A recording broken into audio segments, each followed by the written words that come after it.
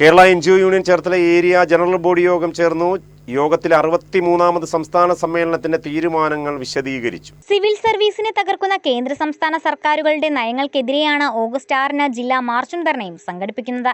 Cherthala NSS taluk union ഹാളിൽ നടന്ന യോഗം യൂണിയൻ ജില്ലാ സെക്രട്ടറി ബൈജു പ്രസാദ് 63ാമത് സംസ്ഥാന സമ്മേളനത്തിന്റെ തീരുമാനങ്ങൾ വിശദീകരിച്ചുകൊണ്ട് ഉദ്ഘാടനം ചെയ്തു.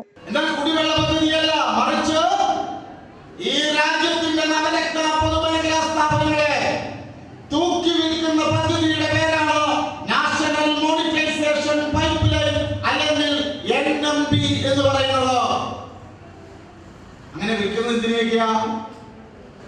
ഈ രാജ്യത്തെ പൊതുമേഖലാ ബാങ്കുകൾ, ഈ രാജ്യത്തെ വ്യോമയാന കേന്ദ്രങ്ങൾ, ഈ രാജ്യത്തിന്റെ എണ്ണപ്പാടങ്ങൾ, കൽക്കരിപ്പാടങ്ങൾ, ഈ രാജ്യത്തെ റോഡുകൾ, റെയിൽവേകൾ, പോസ്റ്റ് ഓഫീസുകൾ, ഓർഡിനൻസ് ഫാക്ടറികൾ, ഈ രാജ്യത്തെ ജലഗതാഗത വകുപ്പുകൾ അടക്കം ഈ രാജ്യത്ത് എന്തൊക്കെ പൊതുവായുണ്ടോ ആ പൊതുവായവയെല്ലാം നിൽക്കുന്ന പദ്ധതിയുടെ പേരാണ് ഞാൻ മുമ്പ് പറഞ്ഞ പദ്ധതി, നാഷണൽ മോണിറ്റൈസേഷൻ പൈപ്പ് ലൈൻ.